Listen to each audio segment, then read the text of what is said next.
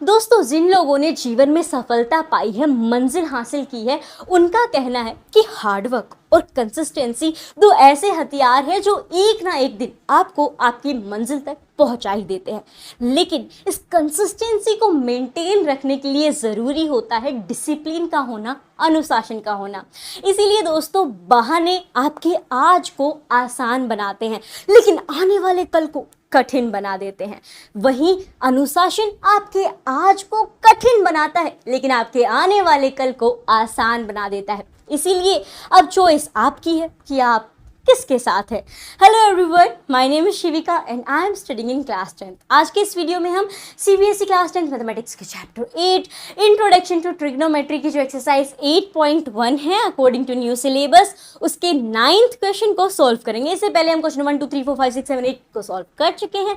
अगर आपने वो वीडियोस नहीं देखे, डिस्क्रिप्शन में उसका लिंक दिया गया है, वहां से आप सभी क्वेश्चन के सॉल्यूशन देख सकते हो। तो आइए देखते हैं यहाँ पे हमारे पास क्वेश्चन नंबर 9 में है क्या। In triangle ABC right angle at B if tan A is equal to 1/√3 find the value of first part में sin A cos C plus cos A sin C and second part में cos A cos C minus sin A sin C। ठीक है, तो ये हमें find करना है। उससे पहले यहाँ पे देखते हैं कि सवाल में जो जो चीज़ें दी गई हैं उन्हें हम डायग्राम में उतार देते हैं, यानी एक फिगर बना लेते हैं। तो एक राइट एंगल ट्राइंगल में यहाँ पे ड्रॉ कर देती हूँ। This is our right angle triangle, इसको इधर कर देते हैं। ये हो गया हमारा राइट एंगल ट्राइंगल।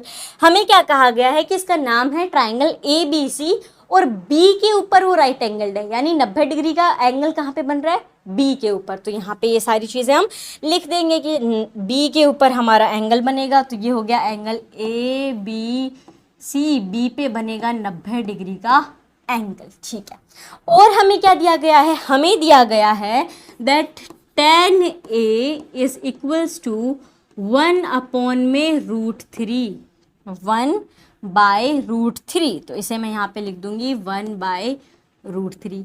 अब tan A है, मतलब थीटा की जगह तो आपका एंगल A आ गया है। tan किसका रेशियो होता है, किन दो साइड का, उसके लिए हमें याद होनी चाहिए ट्रिग्नोमेट्रिक रेशियोज के सारे नाम और उसकी सारी साइडें। और उन्हें याद करने के लिए हमने ट्रिक याद की थी। ट्रिक क्या थी हमारी, ट्रिक वॉज पप्पू बोला पापा। पप्पू अपने पापा से बोला, पप्पू बोला पापा हरी हरी बोलो, हरी हरी बोलो, सोना चांदी तोलो। ठीक है, तो ये हो गया आपका P/H, B/H और P/B। तो साइन के लिए परपेंडिकुलर अपॉन हाइपोटेनस, कोस के लिए बेस अपॉन हाइपोटेनस और tan के लिए P/B यानी परपेंडिकुलर अपॉन में बेस। तो ये जो आपका 1/√3 है, ये यही है P/B। तो आपके परपेंडिकुलर और बेस निकल के आ गए। यही हम यहाँ पे लिख देंगे कि हमारा परपेंडिकुलर हो जाएगा 1, बेस हो जाएगा हमारा √3।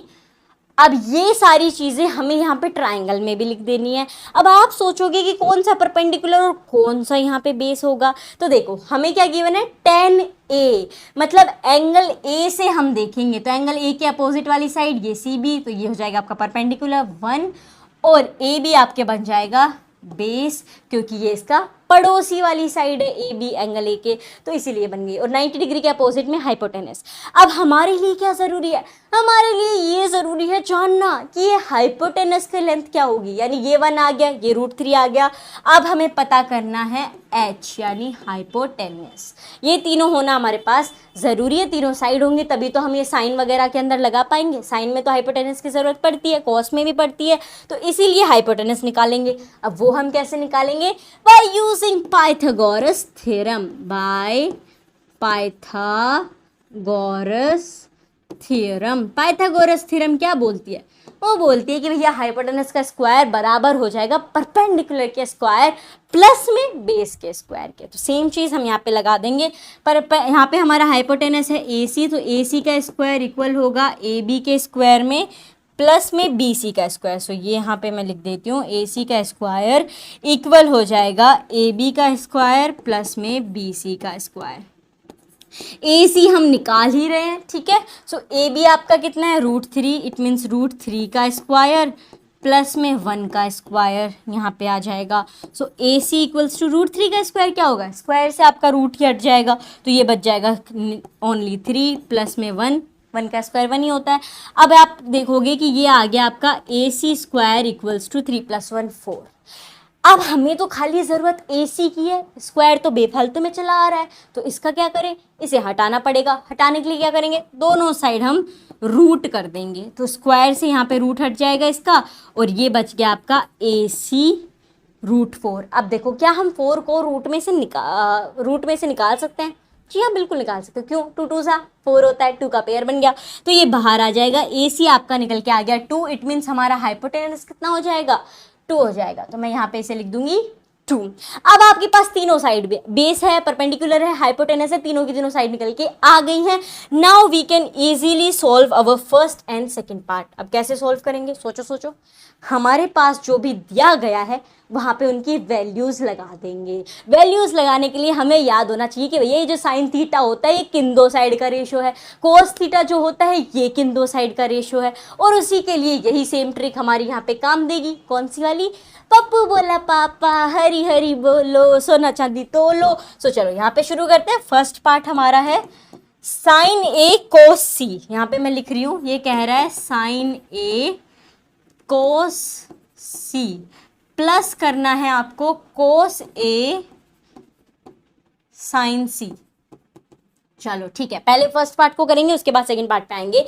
Sign A cos C। अब पहले तो आप साइन और कोस के किन दो साइड होंगी ये पता होना चाहिए। तो अभी हमने लिखा था अपना ये वाला यहाँ पे कि S साइन होता है और C कोस होता है, तो आपका साइन क्या हो जाएगा, P/H। बोले तो परपेंडिकुलर बाय हाइपोटेनस। तो आपका परपेंडिकुलर यहाँ पे कितना है, 1 है, हाइपोटेनस कितना है, 2 है, तो ये हो गया 1/2 मल्टीप्लाई में कोस C है। देखो इसीलिए मैंने परपेंडिकुलर, बेस और हाइपोटेनस को अलग अलग लिखा, साथ ही साथ अपनी ट्रिक भी लिखी। क्यों, सारी चीज़ें दिखती रहेंगी फटाफट से तो हम लिख देंगे, वरना ढूंढने में आधे से ज़्यादा टाइम लग जाएंगे। अच्छा ये वाला परपेंडिकुलर हो जाएगा, ये वाला हाइपोटेनस हो जाएगा, ये वाला बेस हो जाएगा। तो इसीलिए जो जो निकल के आ गया उनको सेपरेटली एक एक करके लिखते जाओ। तो ये हो गया 1/2। कोस क्या होता है अपना, B/H। बेस कितना है, √3/H। हाइपोटेनस कितना है, 2। ये मल्टीप्लाई के अंदर है। अब क्या ये मैंने बिल्कुल सही किया है, सोचो, बिल्कुल सही किया है, गलत हो गया है यहाँ पे। कैसे गलत हो गया है, ध्यान दो, हमें कहा गया है साइन A अपॉन में मल्टीप्लाई में कोस C, यानी साइन थीटा जो होता है वो थीटा अपना एंगल ये चल रहा है, और एंगल A के मुताबिक ही हमने यहाँ पे ये सारे बेस, परपेंडिकुलर और हाइपोटेनस लिख रखे हैं। लेकिन अब यहाँ पे ये कोस C हो गया है, मतलब अब हम एंगल C से देखेंगे। एंगल C से क्या परपेंडिकुलर होगा, एंगल C से क्या बेस होगा, वो हमें यहाँ पे लिखना होगा। तो देखो एंगल C की अपोजिट साइड क्या है, AB है। इट मीन्स AB के अंदर √3 आ रहा है, तो ये आपका परपेंडिकुलर हो जाएगा √3, और बेस क्या हो जाएगा, बेस हो जाएगा इसके साथ वाली साइड, तो ये हो जाएगा आपका बेस इक्वल्स टू 1। ये किसके हिसाब से, एंगल C के हिसाब से। तो ये छोटी छोटी चीज़ें ज़रूर याद रखना माय डियर फ्रेंड्स, वरना गलती हो जाएगी, और एक छोटी सी गलती मैथमेटिक्स में पूरे के पूरे आंसर को गलत कर देती है। तो यहाँ पे ये हो गया आपका 1/2। तो अब देखो कोस C, कोस क्या बोलता है, B/H में, बेस बाय हाइपोटेनस। तो बेस आपका 1 है, अपॉन के अंदर हाइपोटेनस तो सेम है अपनी 2, 1/2 आ गया। अब चलो आगे चलते हैं, प्लस में हमें है कोस A। अब आप वो ले सकते हो, अब आप यही देखोगे, ये वाले एंगल A के लिए हैं, ये वाले एंगल C के लिए, हाइपोटेनस दोनों में सेम ही रहने वाला है, ठीक है। So now we are having cos A that is B/H, so your B is √3, so I am writing here √3 upon में हाइपोटेनस दैट इज 2। अब यहाँ पे देखो साइन C देखना है, घबरा मत जाना, कहीं सीधा लिख दो 1/2 उधर भी, क्योंकि यहाँ पे आया था। यहाँ पे C वाले एंगल से, तो C वाले एंगल से साइन का क्या बनेगा, P/H, परपेंडिकुलर इज √3, एंड ये हो जाएगा आपका 2, यानी √3 अपॉन में 2। इसे सॉल्व कर देंगे हम, 1/2 1/2 1 1 ही आ जाएगा यहाँ पे हमारा, मल्टीप्लाई होके, और 2 2 ज़ा 4 हो जाएगा।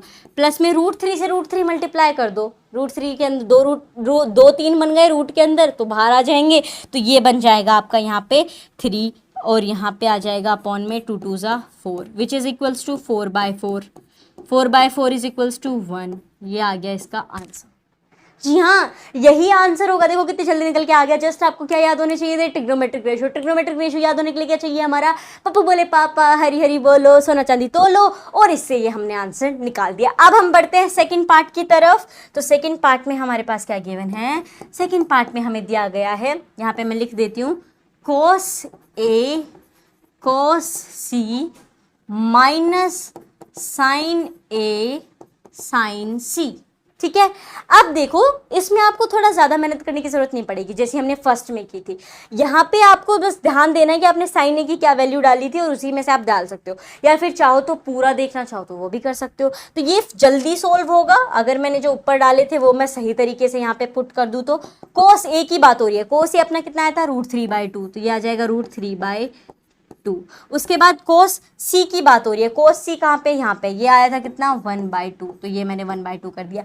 माइनस करना है, ठीक है। साइन ए, तो साइन ए अपना आया था 1/2, साइन सी कितना आया था √3/2, तो ये आ जाएगा √3/2।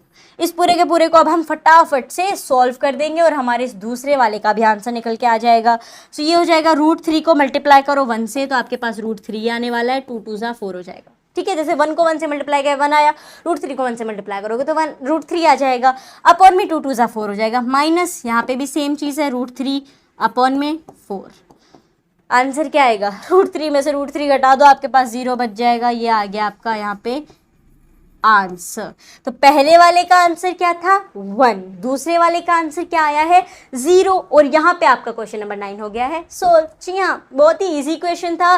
ज़रूरत है अगेन आई वुड से किस चीज़ को समझने की, पहली बात तो सवाल को समझने की, सवाल समझने के बाद वो पूछ क्या रहा है ये समझने की, और जो चीज़ें गिवन है उनमें से चीज़ें निकालना, देन तीसरी साइड निकाल लेना, और तीसरी साइड निकालने के बाद ट्रिग्नोमेट्रिक रेशियो याद करने हैं, और वो बिल्कुल भी डिफिकल्ट नहीं है बिकॉज इतनी इजी ट्रिक है। पप्पू बोला पापा हरी हरी बोलो, सोना चांदी तोलो, तो उस हिसाब से यहाँ पे अप्लाई कर दोगे और आपके 9th का आंसर निकल के आ जाएगा। अब चूंकि दोनों आंसर निकल के आ गए हैं तो इस बात पे एक लाइक तो बनता है, तो इस वीडियो को लाइक कर दीजिए।